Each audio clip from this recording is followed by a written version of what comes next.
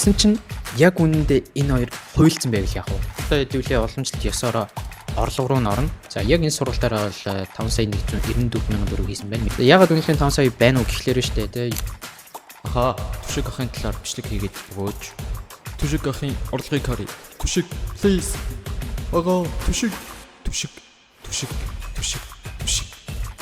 Түшиг унгаар бичлэг хийгээд өгөөч. Please. Галзуу нууш цуурлын season 2-ын episode 1 инхүү хэлж байна. Тэгэхээр энэ удаагийнх дээр саяхан номын асуудалд ороод байгаа түшгийн талаар ярих болно. Тэгээд season 2-ын онцлог нь юу вэ гэхээр Монгол контент бүтээгчид Монгол одоо энтерпренеруудыг маш цөөхнөр оруулж байгаа. Их хвчлэн гадаад хүмүүсийг оруулна. Тэгээд энэ удаад болохоор хэдүүлээ түшгийн талаар ярилцсан. Мэдээж эхлээд саяхан болоод байгаа номынхын талаар үргэлжлүүлээд уламжлалт ёсоор орлого болон энэ орлогыг яаж болоод байгаа, ямар стратеги тактик ашиглаад байгаа бид нар юу сурч болох юм бэ гэдэг талаар яриад явна.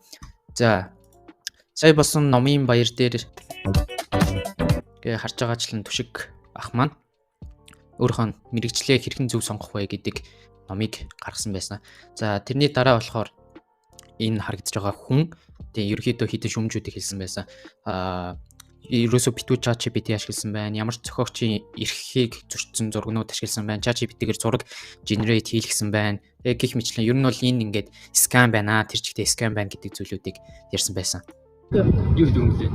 YouTube өөрийн санаанаас гарсан юм хүмүүс юу ч хаалга энэ дээр үнэхээр угаасаа унших юм яг үндэ энэ дээр үнэхээр байхгүй. Бүр арай хүүхдүүдийг бүр арай л скамд ч байна энэ нэрээ. За ингээд ер нь бол ингээд scam байна гэж баг өнцөг тохоо болон бүрийг нь шүмжилсэн байсан.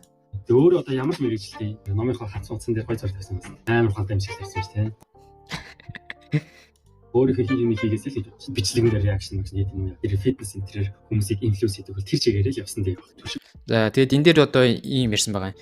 Тэгээ ер нь YouTube хийдэг хүн байж яхаар ингээд шал өөртөө холбоогүй мэрэгжил зэрэгжил сонгох талаар яриад ингээд энэ ном зам гаргаад байгаа юм би. Ер нь одоо сонсороо. Тэр талаар бүр байтах бүр агийн бүр жижиг цэгч байхгүй байж энэ одоо шал байтах бүр агийн бүр цэг хэргүй юм ингээд за тэгээд энэ бол ерөөсөө миний бодлоор хог байна. За тэгээд энэ дээр бол Түшиг ах өөрийнхөө одоо бусаж эргүүлж бүх юмаа нотлохоо баримттайгаар ингээд эсэргүүцсэн, үүсгэсэн видеого хийсэн байсан. Тэгээд дөнгөж саях дээр бол жишээ нь GPT гэдэг бол дүнлэг. Ингээд өөрийнхөө тайлбар бичлэгэн дээр болохоор ингээд за ChatGPT-г ашиглаж болох уу, болохгүй юу? Тэгээд өөрийнхөө өмнө нь тэг яг энэ номон дээр ажиллаж байсан драфтууд, PDF файлуудаа бүгднийг харуулж байгаа юм. Тэгээд бүх одоо үгүйсгэлийн шүмжүүдийн баримттайгаар зөрүүлээд үгүйсгэсэн юм бичлэг хийсэн. За одоо энэ дээр болохоор өмнө те би 6 жилийн өмнө ч гэсэн энэ сургууль сурахын өмнө заавал үзээрэй гэд мэрэгжил сонголттой холбоотойгоор контент хийж исэн, хийдэд бол юм хийж исэн гэдгийг одоо энд бол жишээ нь. Би сургууль сурахын өмнө заавал үзээрэй. Залуусаа та нарыг дахин харж байгаа. Энэ дээр би өөртөө бүр Facebook дээр постсон. Би энэ 6 жилийн өмнө ярьдаг үсшээ хөөе. Тэр үед ChatGPT байгаагүй шүү хөөе гэд. Одоо энэ жишээний гих мэтлэн ингээ баримттайгаараа тайлбарлаад явж байгаа юм. Өөрийнх нь энэ одоо юу үг байгаа шүү дээ. Энэ зохиолч өөрийнх нь үг энэ баг ChatGPT юм шүү. Бараг гэдэг яагаад гоё баримт Түшиг ахын хувьд бол ингээд амар одоо юу гэдэг дургуутж юм л та нэг баримт нотлохгүйгээр ингээд бүх юм ингээд шүмжтэйл ингээд хахаар тэг өөрөө болохоор ингээд бүх шүмж болгон дээр нь өөрийнхөө зүгээс ингээд баримт нотлохоорнуудыг ингээд гаргаа явж байгаа. Тэрч болтгүй юм бэ. Уурсан царай. Бараг бухимдсан царай. Би тэгж мэдэрч ийн ч шиг. За үнэхээр бухимдалтай гоо л та. би танарт бас нэг үзэл гээд байна. За одоо чухал юм байгаа юм бол тэнд байна. Дураар олж хүүхдүүдийг амар скам гэж байна. Тэгэл ерөөсөө л scam. Чи одоо скам гэдэг нэг төрлий. Зүгээр л үнэгүй хүүхдүүдийн нэг интернетээс авчих юм чинь 28,000 төгрөг амар чиж зараа. түрүүн бол хэдүүл харсан ChatGPT ашиг нь бол скам биш. Нэгдүгээр хоёрдугаар дэвш тэ анхаарал сонсож байгаа энэ аягүй чухал. Интернетээр байгаа юмыг та нарт ингэж дамжуулж өгж байгаа хүн тэр бол скам гэсэн үг бас биш шүү. Мэдээж оюуны өмчтэй хүний имийг мэдээж тань зарж болохгүй. Гэхдээ интернетээр л байна. Тэгвэл энэ ном скам гэж бол болохгүй шүү. Хэрвээ тэр философоор хандах юм бол номны дэлгүүрт байгаа номнуудын 99% нь ер нь бол клөверл гэсэн үг шүү ялгаа байхгүй. Яг үл мэдээж яг зөв. Одоо энэ ном дээр байгаа мэдээллүүдийг би энэтэй бол санал нийлж байна. Интернетээр хайх юм бол бараг бүгдээрээ гарч ирнэ. Яг миний хувийн надраас босч хэсэг нь бол бүгд л гарч ирнэ. Гэхдээ юу гарч ирэхгүй гэвэл яг энэ агуулгаараа гарч ирэхгүй байхгүй юу? Тийм учраас энэ бол ингээд оюуны бүтээлээ гэж хэлээд байгаа. Тийм учраас энэ бол бас л нэг том гүтгэлэг. За тэгээд одоо энэ дээр болохоор яг нөө ингээд бичсэн текстүүд нь ингээд номынхан дизайн загварууд бүгд ингээд ChatGPT-ийн хэм маягтай байна гэдэг жаа. Тэгээд Түшиг ах бол өөрөө энийгээ тайлбарлахдаа ингээд өөрийнхөө өмнө ажиллаж ирсэн бүх драфтуудаа харуулад ингэнгүүтээ энэ дрэгээ би ChatGPT-д өгөөд эмхтгэл хийлгэсэн юм а гэж ярьж байгаа. Ер нь тэгсэн байх. Энэ үйл явдал дээр би юу гэж дүгнэж ийн үг гэхлээр магадгүй энэ ах хүү маань тэгээд угаасаа хандлт авах ийм боломж байгаа юм байна. Тэгээд энийг ашиглачий гэж үзсэн байж магадгүй. Нөгөө талаас Түшиг ахын хувьд ч гэсэн өөрлөө ингэж дайрсан өөрийг нь ямар нэгэн байдлаар үгүйсгсэн юмыг бол маш сайн үлгэж явдаг. Тэгээд энэ төрлийн зүйлс угаасаа энэ төрлийн бифүүд маш их анхаарлыг attention-ыг өөрлөлтгөө татдаг учраас энийг нь ашиглаад өөртөө одоо ашигтай талаар өөрийнхөө тал руу бушгиж чаддаг тий. Өмнө чинь CTS-тэй модж исэн миний мэдгээр Ebota бас модж исэн бүгдээрээ санаж байгаа. Одоо энэ дээр бол ингээд шууд энэ бифээс болоод энэ номон дээр бүр амар их attention ирж байгаа юм л да тий. Энийг яаж мушгиж чадах вэ гэдэг тоглолтол ингээд яг энэ хариу тайлбар бичлэгээр ер нь бол ингээд ашиглаад улам их attention-ыг авчиж байгаа. Тэгсэн чинь яг үнэндээ энэ хоёр хуйлцсан байвал яах вэ? Угаасаа ингээд энэ төрлийн зүйл амар их хандлт авдаг.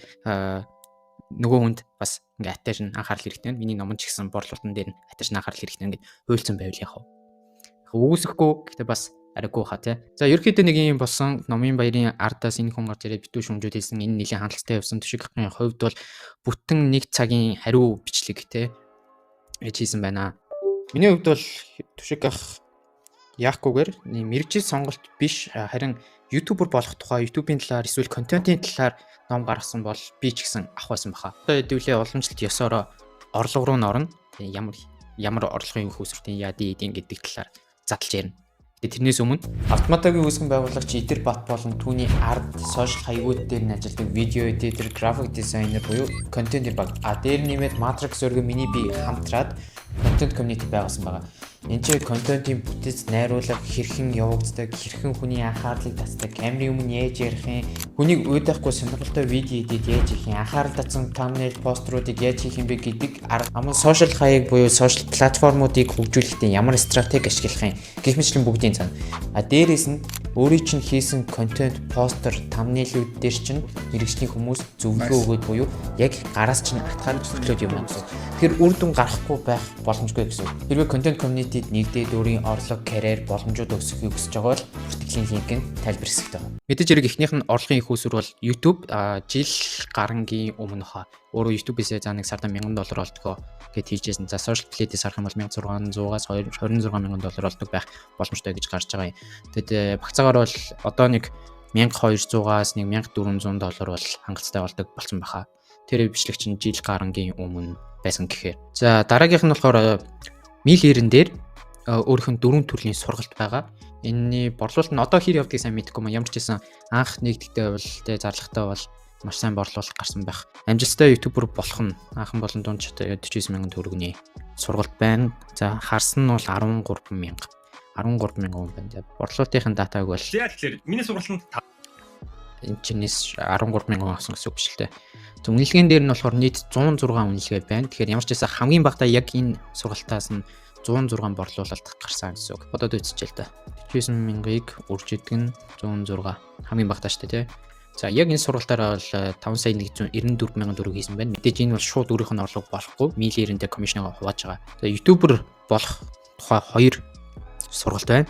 За хувийн хөгжлийн талаар, өөрийгөө өөрчлөх талаар дахиад нэг 20,000 сургалт байна. Тэрнээс гадна эрүүл хооллолт, амьдралын хэм маягтай холбоотой дахиад нэг сургалт байна. Бас 29,000. Тэгээд яг одоо бол энэ сургалтын борлуулалт хэр явж байгааг сайн мэдэхгүй маа. Хоо үедээ бол бас нэлээд сайн хийсэн баг. Энэ бас багаар явж идэг гэж магадгүй. 3 дахь орлогын их үүсвэр нь бол мэдээж хэрэг спонсор, албан байгууллага, газруудтай маркетинг дээр нь хамтарч ажиллаж байгаа. Үнэлгээний хувьд бол ер нь бол 5 саяын үнэлгээтэй. Гэхдээ яг тэгээ нэг удаа хамтарч ажиллах юм уу, урт хугацаанд хамтарч ажиллах юм уу гэдгээс хамаараад цаад гадруудтайгаа дийлээ яаж хийж байгааг мэдэхгүй. Миний бодлоор бол хамгийн багадаа нэг 2 сая орчим төгрөгөөр бол хийж байгаа хамгийн багадаа. Ягаад үнэлгээний 5 сая байна уу гэхлээр штэ тий YouTube дээрээ үндсэн main YouTube аккаунт нь 1 сая 220,000 дагагчтай. Тэгээд өмнө гейминг бас хийдгүйсэн гейминг дээрээ 188,000, Instagram дээрээ 197,000, Facebook дээрээ 279,000. Буюу нийт давхарсан тоогоор 1,884,000 дагагчтай гэдэг чинь энэ хэмжээний attention анхаарал энэ хүн дээр байна гэсэн.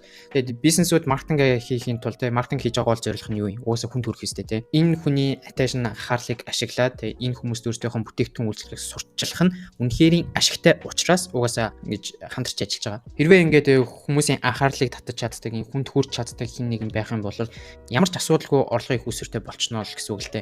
Тэгээ өөрийнхөө бүтээгдэхүүн үйлчлэгийг зарж болж байна. Аль эсвэл те өөрийнхөө хандлтыг ашиглаад одоо өөрийнхөө хандлтыг нэгсэндээ өөрийнхөө хандлт болон одоо тэр хүмүүсийн анхаарлыг тэр компанид худалдаж борлуулж байна гэсэн үг байхгүй юу? Түрээслүүлж байна гэсэн үг. Мэдээж хэрэг бизнесийн бүх байгууллага энэний төлөө энэ бүх зарлуудыг гаргадаг штэ. Ер нь хэрвээ заяа ингээд инфлюенсертэй хамтарч ажиллаад маркетинг хийж байгаа юм бол урт хугацаанд хамтарсан үр дүнтэй нэг удаагийн дээр ингээд баг нэг үр дүн гарахгүй. Аль болох урт хугацаанд олон дахин нүртжиж, олон дахин хоногшуулалт гэдэг зүйлийг хийж илүү тэр маркетинг үр дүнтэй болно. Тэгээ сая Монгол ирснээсээ хойш CV-тэй хамтарч ажиллаад ихсэн байсан тий. Тэр бол бас хөрхөн өндөр үнийн дүнтэйгээр хамтарч байгаа хаа. Сая номын баяраас хойш бол энэ номороо дахиад орлого олоод эхэлсэн байгаа. Миний бодлоор бол нэг 1000 орчим бол баг зарагдсан байж магадгүй. Тэр мэдээж хэрэг энэ хэмжээний орлогыг олохын тулд хамгийн гол хөшүүрэг нь контент өөрийнх нь YouTube сувгууд, сошиал хаягууд нь байж байгаа. Тэгээд угаасаа ойлгомжтой. Ер нь бол дөрмийн дагуу хүн хаана вэ, хүний анхаарал хаана вэ тэнцээ эдийн засаг мөнгө эргэлдэж байгаа. Тэгэхээр энэ чинээсээ орлогоо олж байгаа. За яаж ингээд YouTube аккаунтаа ингээд тогтмол хөтлөө те тогтмол одоо subscribe дагалчдынхаа тоог илүү их нэмээд байна уу гэхээр YouTube дээр авж байгаа стратеги байгаа. Тэрний хувьд за тэрний нэгтгэх нь болохоор цуврал контент хийдэг. Одоо би бол эвгүй баримт цуврал гардаг байхад бүр ингээд хүлээж агаад үздэг байсан. Тэр цуврал контент гэдэг чинь өөрөө одоо хүн ялангуяа монголчууд бол одоо ингээд солонгос драма драмер үздэг штеп. Цуврал контентийг хүн үргэлжлүүлж үзэх тийм хандлагатай байдаг. Миний мэдхээр 3 төрлийн цуврал бол байнга хийдэг. За нэг нь бол ингээд сонирхолтой түүхүүдийн талаар, тэгээ сонирхолтой босон явдлуудын талаар цуврал хийдэг. Дээрээс нь Монгол босон явдлууд гэдэг одоо нэг S audio шиг тийм контентуудыг байнга хийдэг. Энэ одоо хамгийн сүүлийнх нь бүр 40 гэж штеп. 40 цуврал явуулсан байна. Миний бодлоор хамгийн их хүнд хүрсэн, хамгийн их дагагчийг нэмсэн цуврал нь бол юу хаа? Эвгүй өрөнд хаа. Эвгүй баримт. Тэрийг бол бүр яг ингээл хоног тооллох нь холгүй шахуу тэгж үздэг байсан. За дараагийн стратеги нь болохоор цаг үеийн мэдээлэл те. Цаг үе юу болж ийн гэдэг талаар тэр доорнд хурдан шуурхай одоо контент болох бэлдээд явуулдаг. Энэ бол угаасаа одоо Facebook дээр те хэдэн зуун мэдээний сайт, мэдээний веб хуудсууд, мэдээний аккаунтууд байна те. Энэ бүх хүн өөрөө нэг нийгмийн хүн өөрөө нийгмийн амьтан учраас далд ухамсараасаа яг одоо юу болж ийн яаж нээж ийн гэдэг мэдээллийг хайх тийм зүүн сөн дадал зуршилтай байдаг. Тийм болохоор тухайн цаг үед юу болж байгаа тухай хуваалцсан нийтлсэн контент амар сайн хандлт авдаг. Одоо энэ чэнэс харах юм бол жишээлбэл те сая энэ Монголд дөнгөж саяхан болсон маш харамсалтай хэргийн талаар контент хийсэн байна. Энийг бас гадаадад тийм вайрал болоод байгаа анхаарал төртөд байгаа зомби амьтны талаар контент хийсэн байна. Энийг зомби шиг энэ ер нь бол өвчин юм байл л те. За дөрөвдүгээр болохоор тийм special контентууд бас үйл үед аягүй хийж байгаа. Жишээ нь одоо Золбоо ТV-тэй хэд хэзээ логоуд хийсэн, ийм челленжүүд, энэ гадуур явсан special контентууд аягүй хийгээд байгаа харагдсан. Тэр mystery box эдэр задлуулж исэн. Тэгэл энэ ч харах юм бол тэгэхээр Squid Game 3-ын талаар эдгээр нь өөрөө угаасаа хүний анхаарлыг маш сайн татдаг. Тэгээд Түшиг ахын хувьд бол өөрөө хэдийний ард түмний танил те маш сайн хоногчсон дотн контент бүтээгч учраас өмнө зөндөө удаа ярьжсэн те YouTube-ийн одоо хандлт авах хамгийн ихний түлхүүр нь бол thumbnail зураг болон гарчиг нүдгээ. Цаадахны ч хувьд бол угаасаа ингээд яг энэ зургаа бүр байнга ашигладаг те энэ харж байгаа. Ягаад энэ зургаа байнгын ашиглаад байна вэ гэхээр ерөөсө хоногшсон байгаа л те яг энэ зураг нь.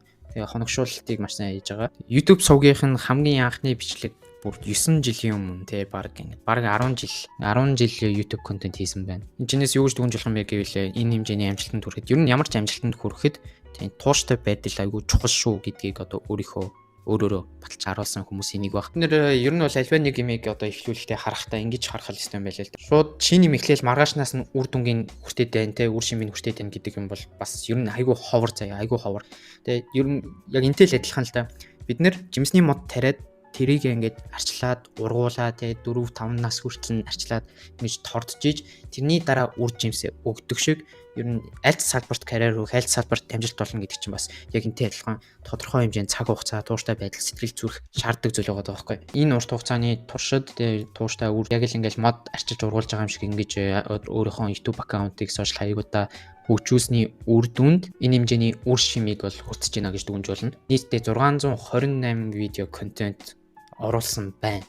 өөрийнхөө main YouTube дээр. Энд чинээс бас устгасан архивлсан контентуудаас нэг юм байгаа хаа. Тэгээ анзаарах юм бол контент хийж байгаа хүн болгон дээр ямар нэгэн байгууллага компаниуд ингээ хамтарч ажиллаж байгаа яхаа аргагүй бүхэл бизнес Монголд бол одоо ингээл бизнесүүд улам хөгжөөл те олон хүмүүс бизнес хийж эхэлж байгаа. Тэгэхээр тэр олон бизнес дээр чинь энэ хүний анхаарал контент сошиал медиа гэдэг зүйл бол хэрэгтэй байгаа шүү дээ. Тэгэхээр нэр өөрсдөө ч гэсэн ер нь бол бизнестэй болмоор байна. Өөрсдийнхөө карьерийг ахиулмаар байна гэх юм бол ер нь контент хийж сурах хэрэгтэй л дээ. Ялчгүй одоо контент хийж сурснараа маш том боломжийг өөрхөн гартаа татгаж байгаа. Хэрвээ үнэхээр яг зориод шийдвэрээ гаргаад хийж эхлээд ингээд тодорхой хэмжээний цаг хугацаа зарцуулах юм бол үр дүн хүрхгүй байх тэр зүйл бол үгүй.